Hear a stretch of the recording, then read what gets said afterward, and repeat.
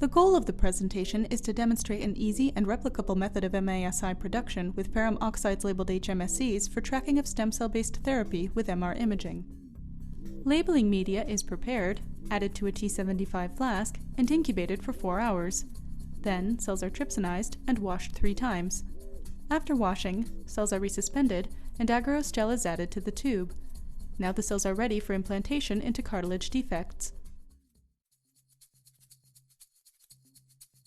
Hi, I'm Alexander Niederpiel from the laboratory of Heike Dalte-Blink, the contrast media laboratory in the Department of Radiology at the University of California, San Francisco. I'm Lydia Mandruso, also from the Contrast Media Lab. Today we will show you a procedure for labeling mesenchymal stem cells with iron oxide nanoparticles, generating cell agarose constructs, and implanting these constructs into cartilage defects. We use this procedure in our laboratory to track mesenchymal stem cells non-invasively with magnetic resonance imaging. So let's get started. To begin, cells are grown to 80% confluence at least 18 hours before labeling. During this time, prepare labeling media so that it will be ready for use when the cells are confluent.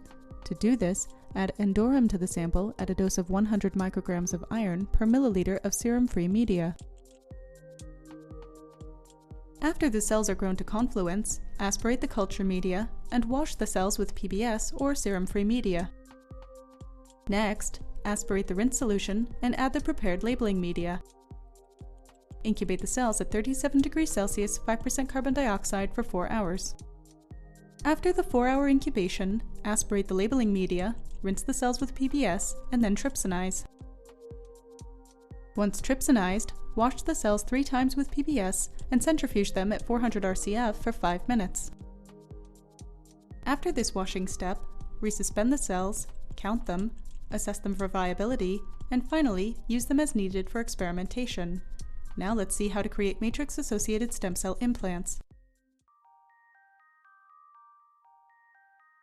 Begin by preparing a fresh agarose solution.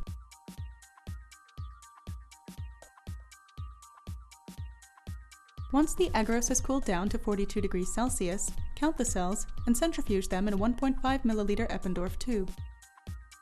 Following centrifugation, discard the supernatant and mix the cells with Delbecko's modified Eagles medium to reach a concentration of 30 × 10⁶ cells per mil. Before mixing the cells with the warm agarose, preheat the pipette tip by pipetting hot sterile PBS up and down. This will prevent agarose from solidifying inside the tip. Then, take up the same volume of agarose as media and mix it thoroughly with the cell media suspension and pay attention that no bubbles are created. Keep the Eppendorf tube inside a preheated water bath while mixing so that the agarose does not cool down enough to solidify. When the suspension is homogeneous, the cells are implanted in the defect and are now ready for MR imaging. Now we'll show you some representative results, first of our labeling technique and second of our implantation technique. After labeling, the cells in the flask still have the same appearance as the non-labeled cells, as expected. The viability of labeled cells is unchanged, as demonstrated by the caspase-3 test. The combination of labeled cells with agarose leads to a signal loss in the implants, as seen in T2 weighted MR images. Non-labeled cells don't show any signal decrease.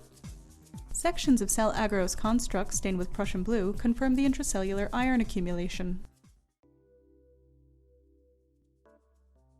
We've just shown you how to label mesenchymal stem cells with the iron oxide nanoparticle endorum, how to create an agarose construct with the labeled cells, and how to implant them into cartilage defects.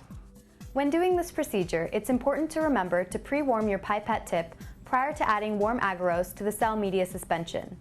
It is also crucial for MR imaging to avoid formation of any bubbles. So that's it. Thanks for watching and good luck with your experiments.